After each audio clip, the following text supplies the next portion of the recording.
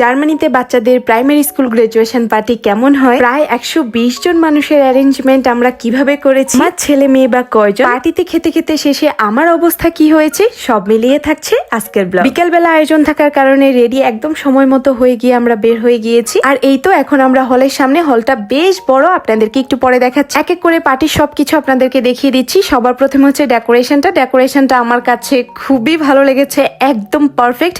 আমি জানি এটা ভাবির আইডিয়া। ভাবি আমাদের মধ্যে খুবই গুণী একজন মানুষ, এই ডেকোরেশনটার আইডিয়া দেখলেই বোঝা যায় সম্পূর্ণটাই ভাবি দাঁড়িয়ে থেকে দেখিয়ে দিয়েছে। বাকি আমরা সবাই ওনাকে হেল্প করেছি, মানে আমি ছাড়া সবাই হেল্প করেছে আর কি। আর এই হচ্ছে হলের ইন্টেরিয়রটা। হলটা বেশ বড়, আসলে এত বড় হল না হলে তো 120 জন মানুষের আয়োজন করা পসিবলও ছিল না। এখন আসি যিনি গ্রাজুয়েট হয়েছেন, এই যে আমাদের ছেলে রাফি। মাশাআল্লাহ, উনি খুব ভালো রেজাল্ট করে প্রাইমারি স্কুল গ্রাজুয়েশন কমপ্লিট করেছেন, যার কারণে আমরা সবাই ওনাকে নিয়ে খুবই প্রাউড। মাশাআল্লাহ, এখন খালি শাশুড়ির মতো একটা সুন্দরী বউ পেয়ে গেলেই ষোলকলাপুর। জোকসি পার্ট এখনো অনেক দূর যাওয়া বাকি, সবাই ওর জন্য দোয়া করবেন, ও যেন ভবিষ্যতে আরো অনেক ভালো করতে পারে। আর মাশাআল্লাহ, ওর এই সাফল্যকে মেমোরেবল করে রাখতেই ভাবিরা এই ছোট্ট আয়োজন করেছে, যাতে ও ইন্সপায়ার হয়ে আরো বেশি বেশি ভালো করতে পারে। গেস্ট আসার আগে আমি বাচ্চাদেরকে দাঁড় করিয়ে একটু ছবি তোলার চেষ্টা করেছি, বাট সবাইকে একসাথ করে ছবি তোলা অনেক বেশি কষ্টকর। তো এই ফাঁকে গেস্টরাও চলে আসা শুরু করেছে।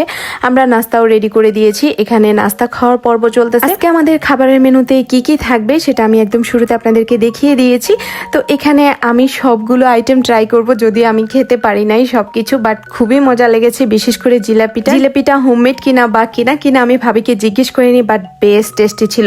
তো এখানে এখন আমাদের কেক কাটার পর্ব হবে। এর আগে সবাই যে যার মতো করে ছবি তুলে নিচ্ছিল। এখন আসি রাফিফকে আমাদের ছেলে কিনা। অবশ্যই রাফিফ আমার ছেলের মতোই, ভাইয়া এবং ভাবি আমাদের ক্লোজ ফ্যামিলির মতোই মানুষ। তবে যদি বলেন রাফিফ আমার পেটের ছেলে কিনা, না, রাফিফ হচ্ছে রহিম ভাইয়া এবং শিলা ভাবির ছেলে। এখানে যে দুজনকে দেখতে পাচ্ছেন ওনারাই হচ্ছে রাফিফের বাবা মা। আমি হচ্ছে ভাবির মুখটা ঢেকে দিচ্ছি, যেহেতু ভাবি ফেসবুকে ছবি দেয় না, সেক্ষেত্রে ভাবিকে আমি খুব একটা চাইলেও দেখাতে পারি না। বাট রহিম ভাইয়াকে আমার সেদিন খুব একটা ভিডিওতে নেওয়া হয়নি, কারণ উনি খুবই ব্যস্ত ছিল। তো এই ফাঁকে আমাদের কেক কাটা শেষ, এখন আমরা সবাই মিলে কেক খাবো। এই দেখেন, আমি একটা পিস কেক ঠিক মতো উঠাতে পারছি না, এমন গুণবতী আমি। তবে খেতে মাশাআল্লাহ খুবই ভালো পারি। সেদিন খেতে খেতে অলমোস্ট আমার অবস্থা খারাপের দিকে, এখন আবার ডিনার করতে হবে। আর সেদিনের প্রত্যেকটা আইটেম এত মজা ছিল। বিশেষ করে সেদিনের শো স্টপার ছিল বিফ, এত সুন্দর স্মেল বেরোচ্ছিল, পুরো হল গ্রানে মোমো করতেছিল। আর টেস্টটাও একদম বিয়ে বাড়ির বিফের টেস্টের মতো। আর বিফটা করেছিল আমাদের মাসুমা ভাবি।